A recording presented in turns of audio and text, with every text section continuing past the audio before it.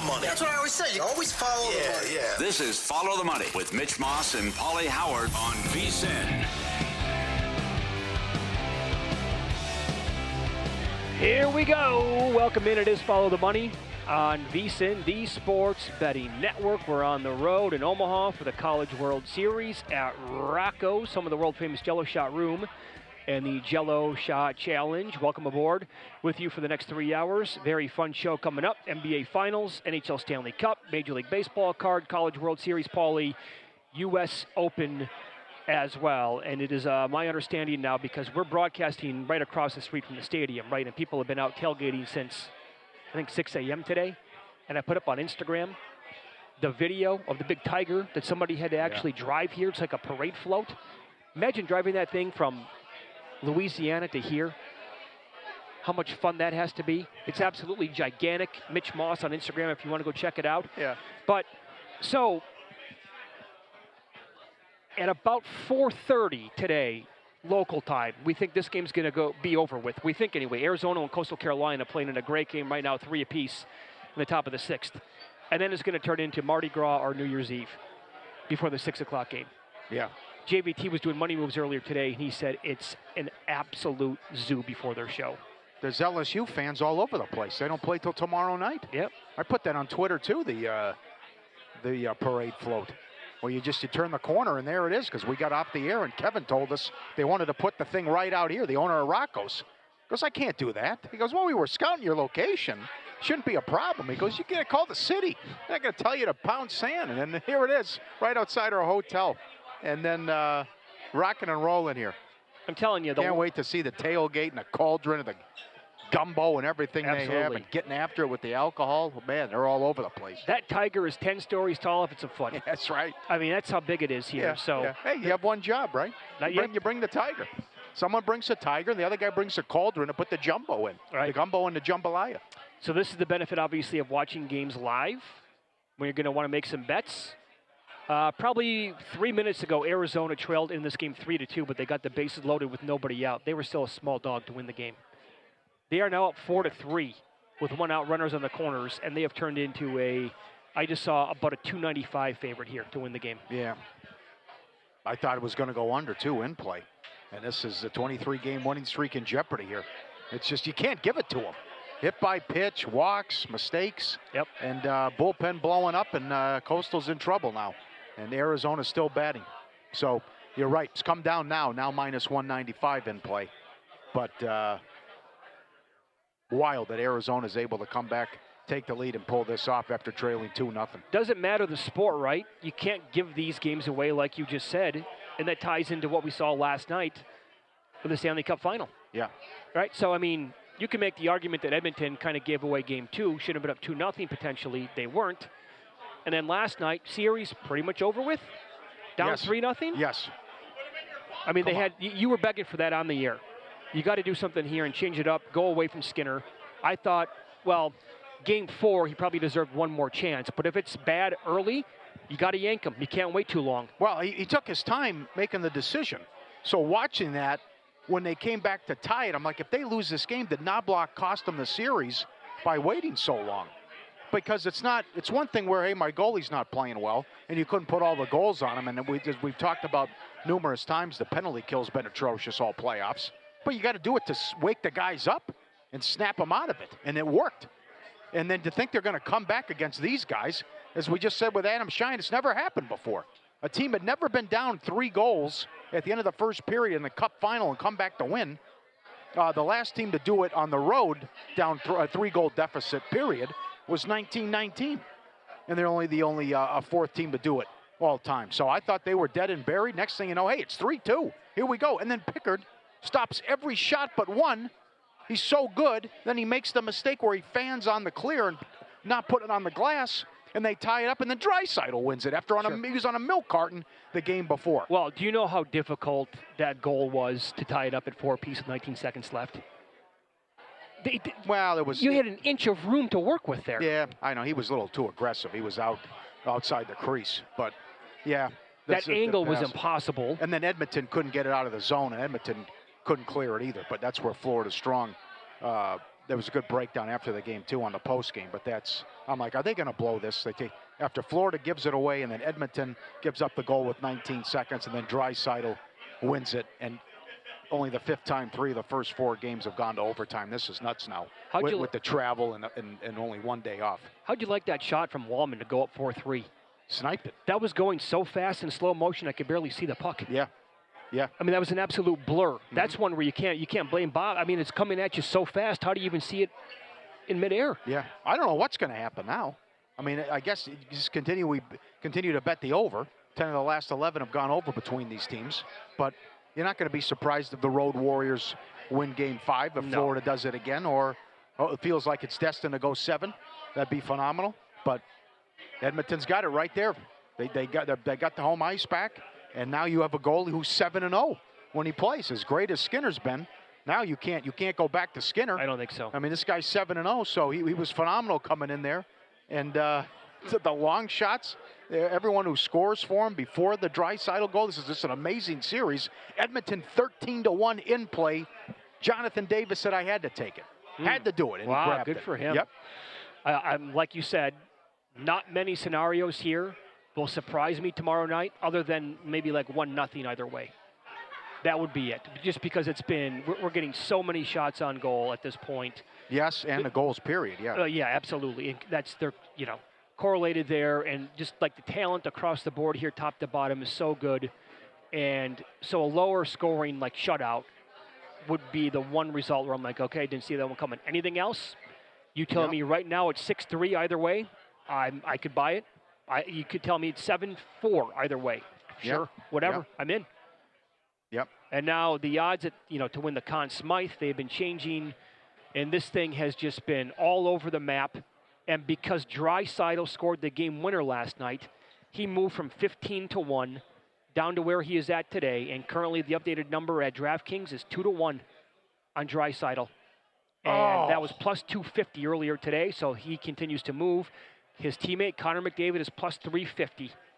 Bennett still the short shot at plus 150. I ran this by Stormy Bonatoni last night when I said, are we getting into that territory that even if Florida loses the series, Sam Bennett can win it on the losing team? And she shot it down right away. Didn't think the goals were going to be enough to get it done. Yeah, I agree. Yep. Okay. McDavid did it last year, but he was like all-time good with the points. Yep. Mm-hmm. So it's going to come from the winning team. How would you bet it then? It's a pick'em series, minus 110. That's too big of a move on Draisaitl. From 15 to 2-1? Come on. It's massive. Well, but it's also a fluke goal. It was well, yeah, but it counts, though. Yeah, but still, I mean, it's just a fluky goal. That's the other thing, too, but that's... He also has how many game winners so far? That's true. I know. He's got, what is it? Only guy that... he's got at least 2. He's got 2 in the series, but he's got 4... Yeah, 4, I think, in the playoffs. So oh, my God. 4th most goals through the first 4 games.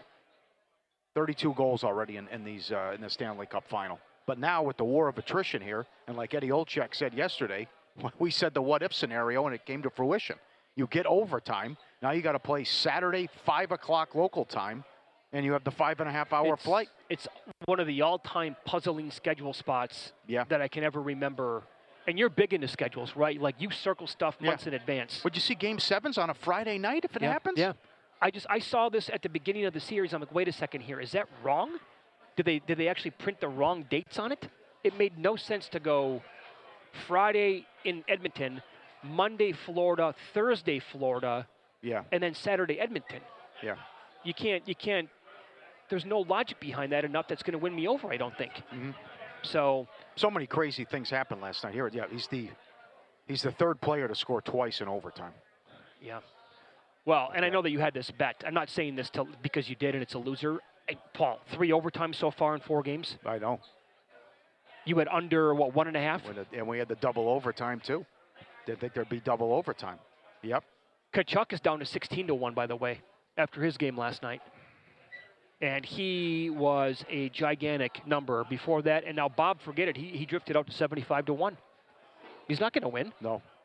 I would not bet him. Yep. There's no way you can. How about the props that keep cashing, though? Game goes over. Bob saves go over. Bouchard shots on goal go over. Yeah. Ekholm blocks go over. That's on 11-1 run. It's wild what's happening here. Well, so many of these guys are getting. It's not just Bouchard, by the way. It's a lot of the players here involved going over their shots on goal prop every single game. Yeah. Yep. It's been a great series. Want to bet smarter this football season? Become a VSiN Pro subscriber today. Full year, just $199. And a free pre-order of the NFL Sharp Betting Playbook by Applebaum. No-nonsense guide to reading the market, spotting sharp action, and making smarter bets. Get the morning email from Bill 80, every best bet, every host, every guest. The betting splits from DraftKings and Circa, the dog videos, and our NFL betting guide drops July 1st. Limited time offer. VSiN.com/subscribe. Code BOOK to sign up. Code BOOK. VSiN.com/subscribe. Boy, I'll tell you what, this Coastal Carolina team, get a guy in a first, wild pitch, and now he goes to second. There is nobody out. They trail 4-3, and now they're trying to make a run and get back in this thing here in the bottom of the sixth against Arizona. They are plucky. They get on any way imaginable. Yep. And we've seen this come to fruition already. What a great stat that was by Eduardo Perez yesterday. And if you missed any of our shows here on the network, here live in Omaha, you can always go back and find the Follow the Money podcast, wherever you get it. But 170 hit by pitches on the year and 30 by one player. No, I've never heard of such a thing. I know. I don't like how they bunt, though. They sacrificed in the first inning, and now they're trying to move the guy. Oh, you're losing 4-3. Yeah, I know. Well, you think 5 runs is enough here to win the guy? Yeah, they're trying to move the guy over to third, give up the out. We will get into Game 4 of the NBA Finals up next. How about this for a stat? He is averaging the most steals per game since the late 1970s in the NBA Finals. I'll tell you who that is next here live in Omaha on VSiN.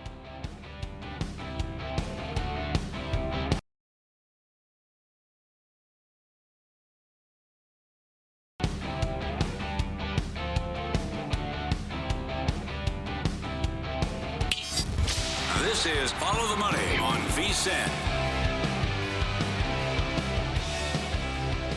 Updated score here from Omaha College World Series. Coastal Carolina and Arizona tied at 4 apiece. We're right across the street from this game where it's being played here, and 26,000 people on hand today. Beautiful day outside here in Omaha. Not too muggy, but they are $1.66 to win the game at DraftKings. And we got a note here from our producer, Luke, who said that Arizona, they trailed like going into the 5th.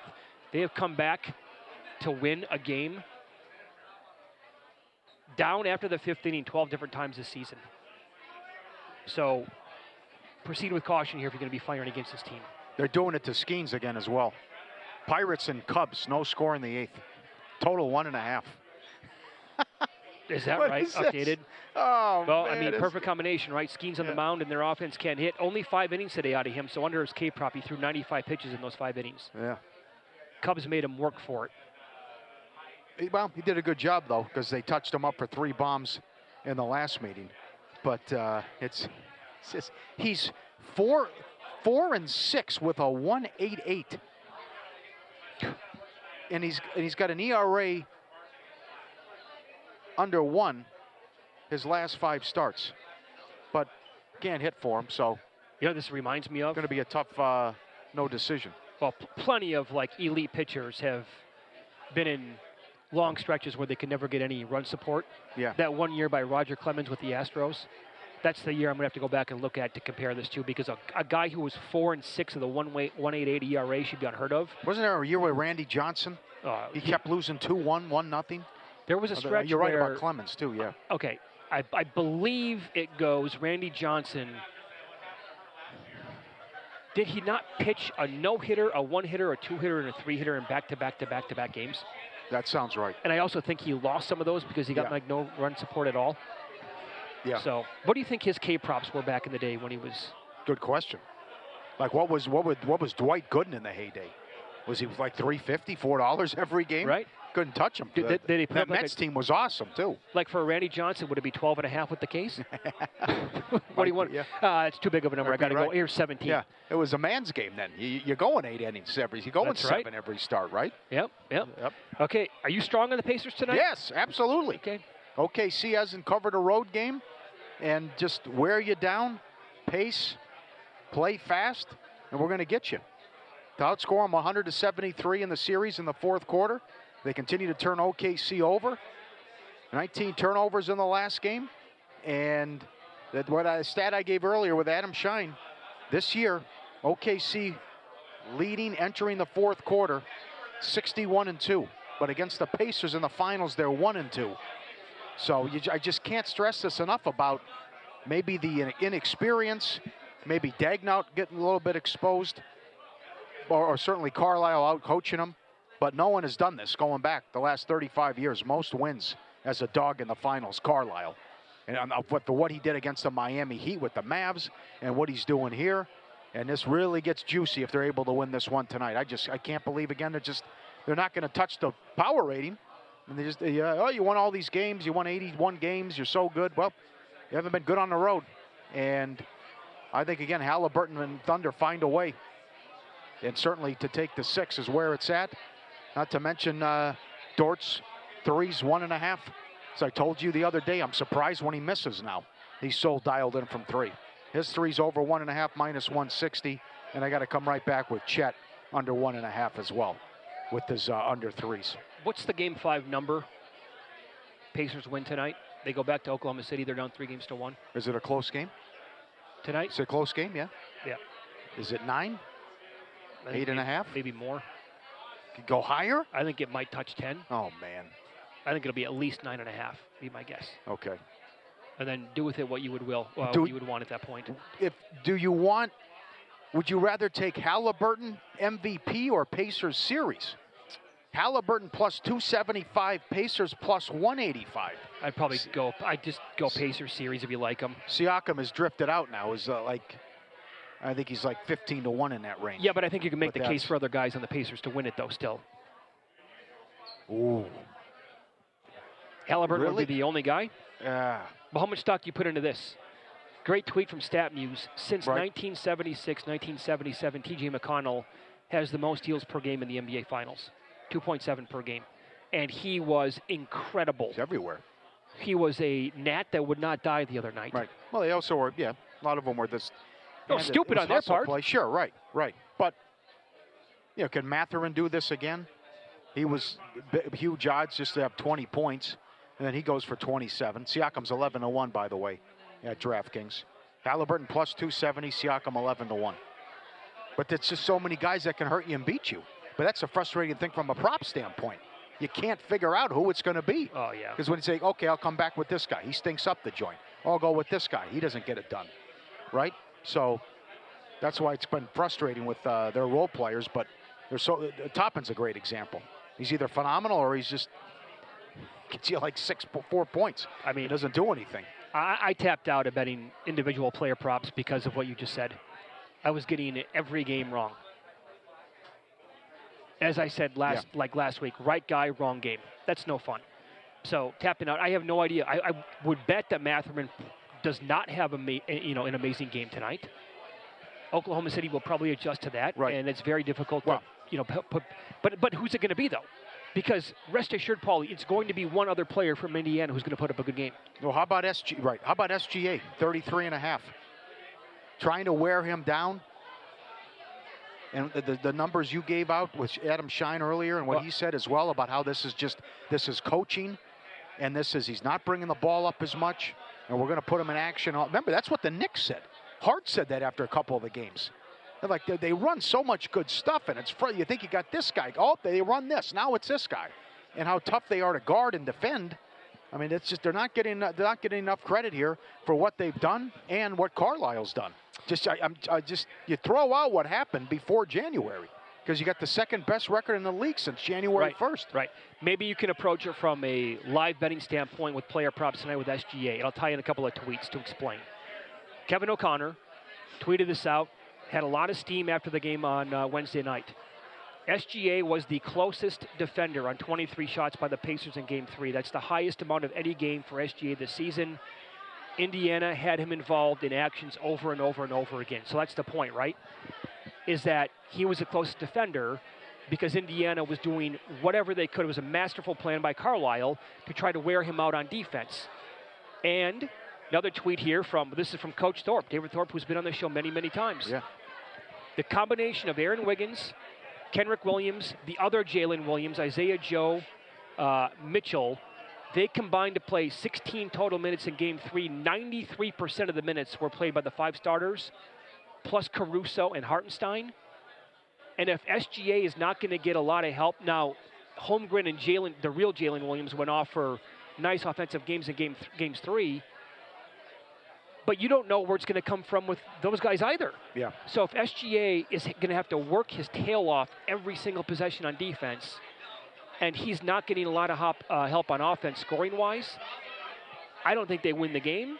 But also that could be something where SGA is just going to be so tired that you might want to take an inflated number on his points prop under. Right, and this is where the schedule's big too.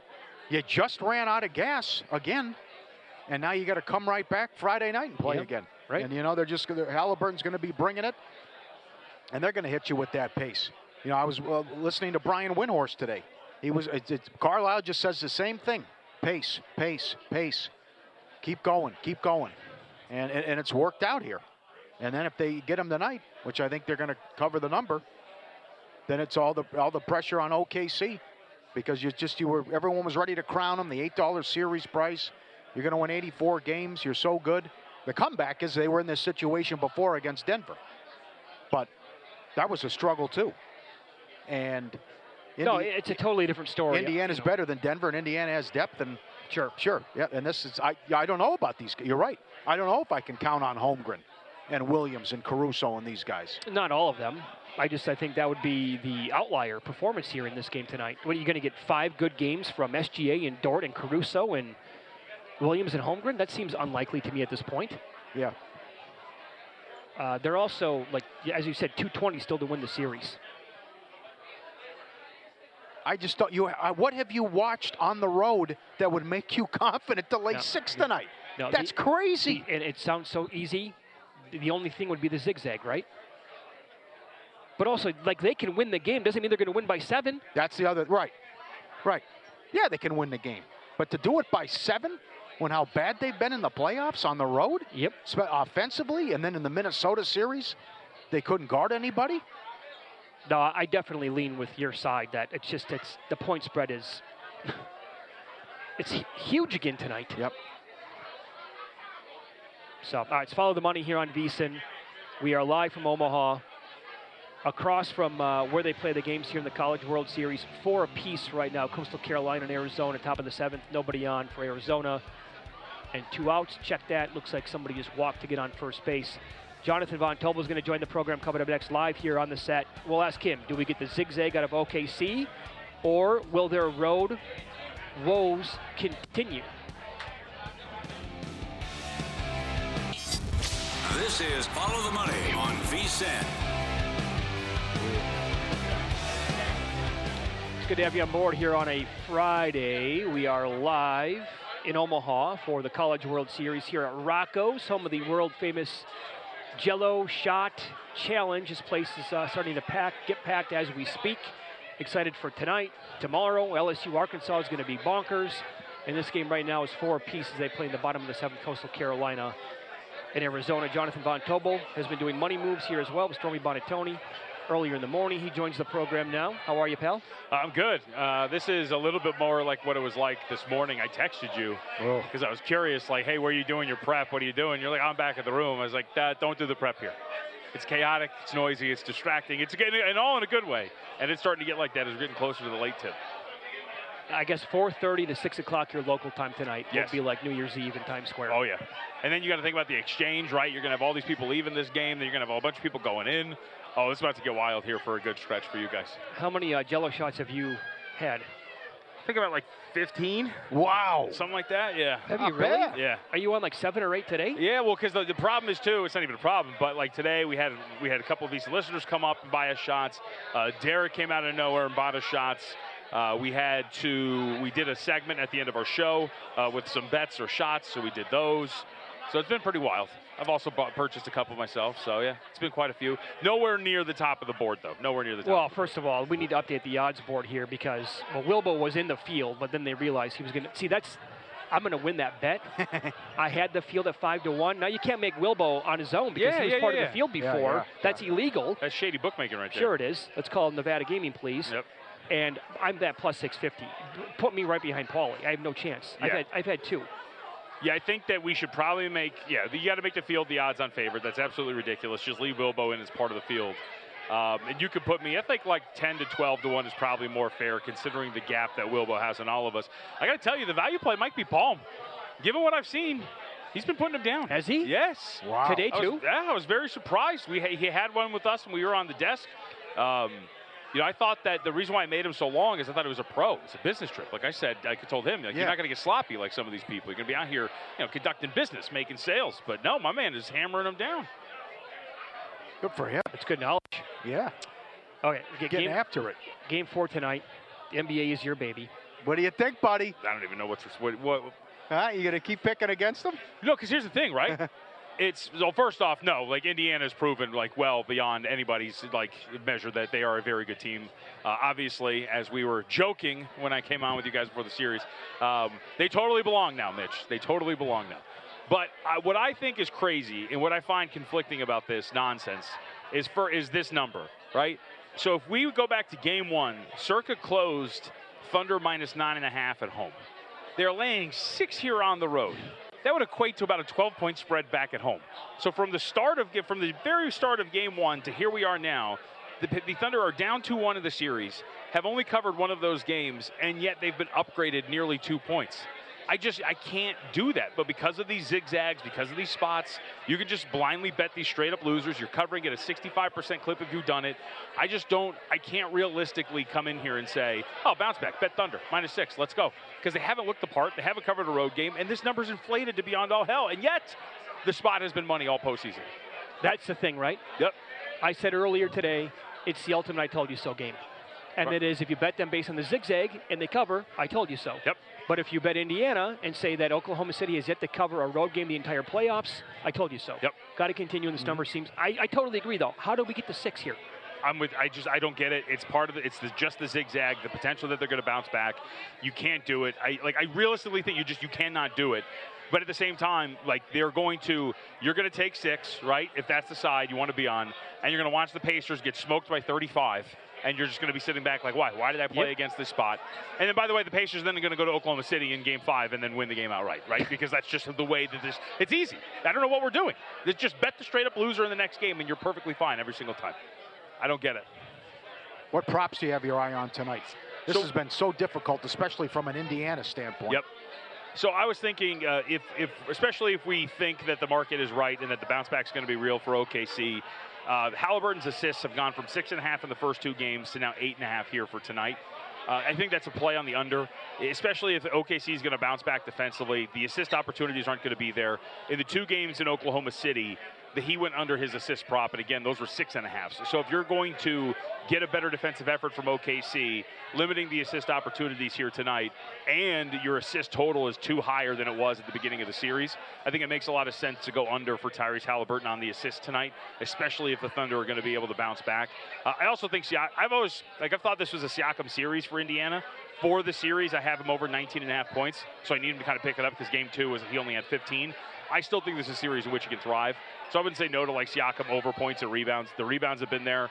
He now leads the series in rebounds. It was one of the things that I had added before Game 3 was to lead the series in rebounds at plus 150 because it's a good series for him. He's dueling with Chet Holmgren, but points and rebounds on Siakam I think is also just always going to be there on a night-to-night basis for him. Very good. The others, though, for the most part, I do not call him an other. Yeah. The other's like a Benedict Mathurin. Yep. Right? Mm-hmm. The guys for Oklahoma City. You're throwing darts. Oh, dude. Especially the OKC guys. Who's going to show up? When are they going to show up? Who's going to get playing time? Yeah, well, I mean, that's part of it, too. But they haven't been consistent away from home at all. It was actually somewhat surprising to see Jalen Williams do what he did in Game 3, but he was still generally, when he was on the floor, I believe they got scored by about 9 points, if I remember correctly. Holmgren got off to a good start, but then he completely disappeared down the stretch and was getting bodied by Miles Turner at times. So I don't know what you're going to get from him in terms of scoring, rebounding, things like that, because he said it, I think, in 2 of the 3 games in post-game availability. I sped up. I'm getting too fast. And he's right. In 2 of the 3 games, Game 1 and Game 3, he can't finish around the basket. He's trying to challenge Miles Turner. He's not really getting there. And that physical mismatch isn't going anywhere. So I don't know if we really trust Holmgren that much either. But if you can't, then who's it going to be? Because, again, these 2 big lineups, they're not effective on offense. Him and Hartenstein together don't play well. Yep. The offense stinks. It's not good. The defense is great, but you're not getting any scoring when those 2 are out there. So maybe you can get Hartenstein to come back and have a big one. I just don't think that's the case. He got in foul trouble immediately in Game 3. I don't think it's his series. If you've been playing his unders, you've been in a pretty good spot.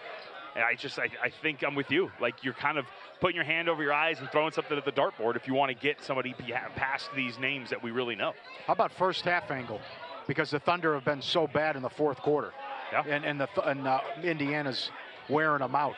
I mean, this is alarming what's gone on in the series. 100-73. They've outscored them in the fourth quarter. Do you think maybe 3 first half could be the way to go for the Thunder? I mean, I think you could. Again, like, if they're going to bounce back, I think they're going to bounce back pretty hard in terms of, like, they're going to win wire to wire if that's going to be the case. So to your point, Paul, first quarter, first half, going in, maybe laying some alternate lines with OKC as well. If you like them, you're going to go past like 10, 9, 11, 12, 13, 14. You get some of those pretty big plus prices on the alternate numbers. So I would think that a fast start is there. Because if you're going to get into this game, if you're going to allow this to be tight late, you're screwed, and it's over.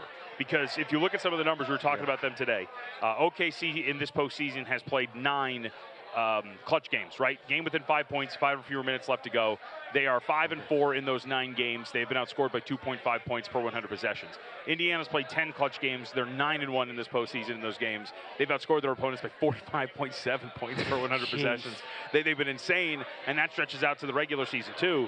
So to your point, Paul, like if you think OKC is going to bounce back, I think you're betting first half. I think you're maybe even going first quarter, and you're going with some alternate lines, because if they're going to do it, I don't think they're going to do it barely covering this number. I think they're going to do it running away.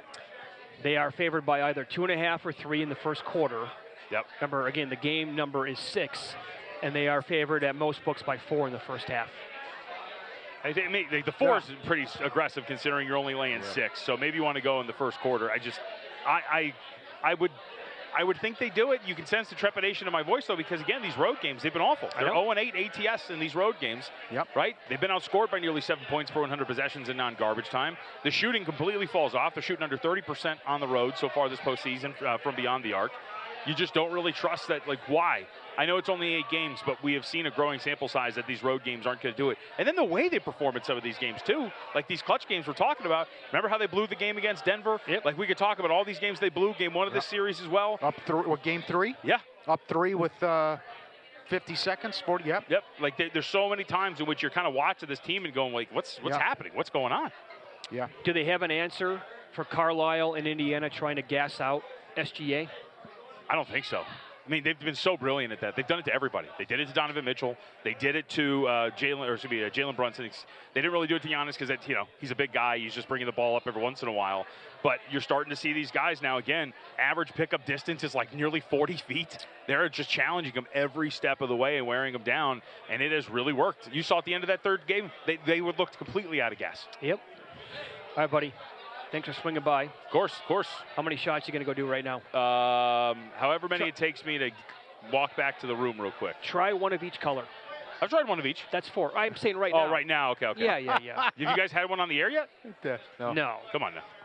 No, I don't like them. Look at all the LSU fans. I don't like them. Can't say that too loud. No, I know. I want to whisper that.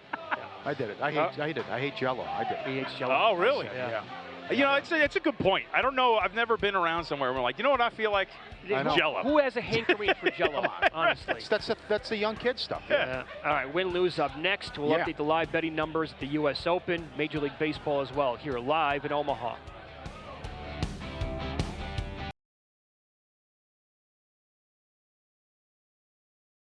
Recaps the night in sports betting in Win Some, Lose Some. Win some, lose some. It's a banger, baby. Game 4, Stanley Cup Final, overtime again, 3-1. 5th time, 3 of the first 4 games have gone to overtime. Oilers in play, 13-1. 6th team to overcome a 3-goal deficit. First team in Cup history to win after being down 3 goals after the first period. First road team to be down 3 goals and win in the Cup since 1919. Draisaitl last goal, 9-1. To score in overtime, 35-1. Third player to score twice in overtime. Exact score regulation, 4-4, 24-1. 5-4 Oilers, 16-1. Kachuk, first goal of the game, 14-1. 2 goals, same price. Lundell, 4-1 anytime. Podkolzin, 11-1. Wallman, 12-1. Nurse, 15-1. And Pickard is now 7-0 in the playoffs after he comes in and saves the day. I did not see that one coming. No. For them to go up back-to-back quick with those, not quick, but the back-to-back goals on the power play, right. Then another one, and then he takes them out. And the whole game flips. Bob, every saves go over again, all 4 games, 4-0 to the over. Ekholm does it again, 11-1 over on with the block shots, and 10 of the last 11 between Florida and Edmonton have gone over. How about the awards? Hellebuck won the MVP yesterday. He was 150-1 before the year. He's the 4th goalie to win it in the expansion era. He's the first goalie to win it in the last 10 years. Carey Price did it. He also won the Vezina 7-1. What do you think? Was it the right call? It was a close call with him or Draisaitl. I think he was the reason they were so good. He had incredible numbers, but it's just a weird thing where he's so bad on the road in the playoffs. Right. I know. Spawn first-round leader, 80-1, U.S. Open. Subscribe, be part of the team, VSiN.com, our radio and podcast friends. You always want to see these tweets and videos at Pauly Does Vegas on Instagram. Said the men will put you on. I've never seen this one before. You got that? Barbecuing outside in the backyard, good time, and the dog is ready to go. The dog's licking the dogs. Oh, yeah. I've never seen that move. Got to be Just careful. Sitting there, yeah, right. They don't miss anything, man. Yeah, right. Well, let me prepare the meal first, right? Get that, too? Oh, that's a new one. You sent this in as well. The dog with the balcony. And he's got his daily routine and how he sets this up every day. Oh, no, you got the... Okay, I thought it was the balcony. It's the guy with the kitchen towel again. I wish we could play this one every week. The guy walks over, the big dog, and the lady says, "Don't you take that towel. I know what you're up to." And he's going to bite it, right, and grab it. He looks over. She says, "No. Give it to me anyways. Get it out of here." He runs back. What a to sneak play attack. with the towel. Excellent. Win some, lose some. Brought to you by Sharp Place. Check them out, sharpplace.com. Before the line moves, the Sharp Place is already there. They don't chase the market. They move it. You're not going to outmuscle billion-dollar books or full-time pro bettors on your own. But with the Sharp Plays, you don't have to. Powered by cutting-edge AI and trusted insider sources, the Sharp Plays deliver the edge that serious bettors rely on. Free betting reports, real-time alerts, and market-moving insights delivered right to you via email or X. They've been doing this since 2011.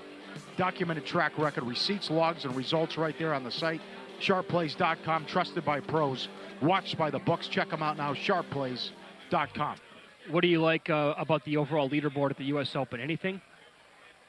No. It turned out to not be the Ben Griffin Invitational. I know, he got to 3 under, and now he gave 3 shots back. He was tied for the lead. Now he's even and tied for 6th. Yeah, he's 14-1 right now. He's clearly not out of it. What do we have right now? 5 golfers who are under par for the tournament, and that's it?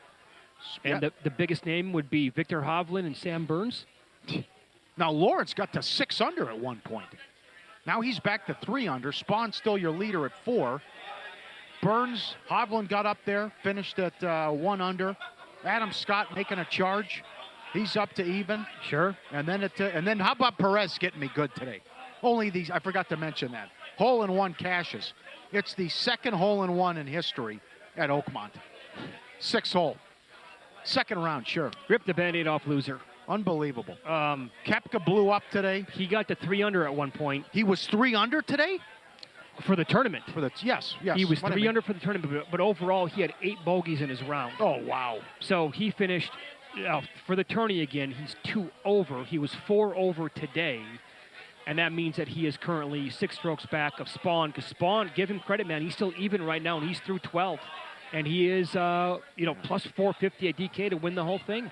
I know, hanging in there. So I thought you just keep going pars. That'll move the chains. Of course it will. That's what he did yesterday. He had 11 pars in a row. X-Man started off today with back-to-back birdies. I thought, okay, here we go with that. But it has been a struggle, and, I thought for sure it was going to be one of the big guns to win this tournament. And as of now, that's not looking so hot. Bryson DeChambeau right now he's going to make the cut the way it looks, but he is 5 over. He's tied for 41st. Scotty, 4 over for the tournament. Yeah. Morikawa in that same range. John Rahm, exactly the same number. I'd feel good if I'm Hovland. Oh, I think you have to. Yep. Because you think these guys are going to come back to the pack. Burns was fantastic today. Hovland had it going and then stumbled down the stretch. But I would think being top 6 right now, that top 5 rather, he's got to feel good about where he's going to be going into tomorrow. And then you expect the chaos and the course to show its teeth. Well, look at how they're still pricing this, by the way. Scheffler's 8 back. He's 9-1 to win it. And he's 8 shots back. Yeah. Is he any Wow. So you have that. You have John Rahm, who is... He's 28-1. At the same number. Yeah, he's 28-1. Koepka. What do you want any Adam Scott? I would ponder, but 18-1 now? Not good enough? I feel like I'd for be 6? No. Yeah, I don't want to chase, I guess. Yeah. No, I'm a little disappointed. I was hoping these guys would fall back today, and that hasn't happened. And Spawn's on 13 right now. And what happened is all those good players we talked about, they did fall back. And that makes for a leaderboard now where you're looking at some serious long shots on this board. I couldn't even tell you what Tristan Lawrence was before the tournament started. Yeah, right. I mean, he must have been 1,001 or higher is my guess on somebody like that. Bonkers, man. What the hell happened today? Scheffler's 225 to finish top 10. Yeah. Well, that's... He's plus 120 to finish top 5. Sometimes it's not your weekend or not your tournament. How far back you want to go? How deep? Schauffele at 3 over? I mean, this is... 4 over? I think at some point you're just going to say once you get to 3 or 4 over, good luck. Yeah. Because several guys would have to implode then. Well, how about this? So that prop of the finishing score at 278.5, that would mean that you'd be, in order to go under that, you'd be 2 under for the tournament or better. I think if you bet that where it's going to be, if you bet over that, I think you're in pretty good shape right now. Burns cashed the prop today. Lowest round was 65.5. Yeah, but I mean, Paul, would you right now? Again, we have 5 players under par. Are you going to be surprised if it? I mean, today has been bonkers, evidently, right? Yeah. Are you going to be surprised if we have anybody finish under par? Like we might not have a single golfer finish under par. I could see the winner being at even at this point. That'd be great. Or 1 over. Yeah, that'd be great. I'd love to see that. Yeah, and you have Hovland, right? Yep. Are you sitting on 60? Yep. Hovland took Griffin. Got Griffin top 10, top 5. Coastal just took the lead. Did they? 5-4, bottom of the 8th. They were hanging around as like a $2 favorite or more the entire time. They got out of that mess at the bases loaded jam. And I can't wait to talk to Jensen Lewis and other. I don't understand what this manager's doing. Who bunts in the second inning? What are you doing? Lead off double? Bottom of the second, no score, he bunts? Yeah. They were losing 4-3, and he bunted the guy over in the 6th. Haven't bunts been frowned upon for like 20 years now? I don't understand in college baseball. Giving up an out and taking yourself out of the big inning potentially by doing that. Here's an out, here you go. I mean, I don't care how good your bullpen is. Might work out for them here, and they've won 23 in a row, but they got fortunate, though, that Arizona couldn't tack on when they led 4-3, but 5-4, Coastal still batting, bottom of the 8th. Cubs and Pirates tied at 1, top of the 10th. It's Follow the Money here on VSiN, the Sports Betting Network. We're live on the road. Also, we're coming back tomorrow. We're going to be on at 10 o'clock in the morning Eastern Time, doing 3 hours here for the College World Series. We're at Rocco's, home of the world-famous Jello Shot Room and the Jello Shot Challenge. Up next, as Matt Humans calls him, the machine gun, Jensen Lewis, will join the program. He has 18 bets today on the board, VSiN.com. We'll find out some of his best bets, what he likes and why, next here on VSiN. If you work in quality control at a candy factory, you know strict safety regulations come with the job. It's why you partner with Grainger. Grainger helps you find the high-quality and compliant products your business needs to inspect, detect, and help correct issues. And the sweetest part is, everyone gets a product that's as safe to eat as it is delicious. Call 1-800-GRAINGER, click Grainger.com, or just stop by. Grainger, for the ones who get it done.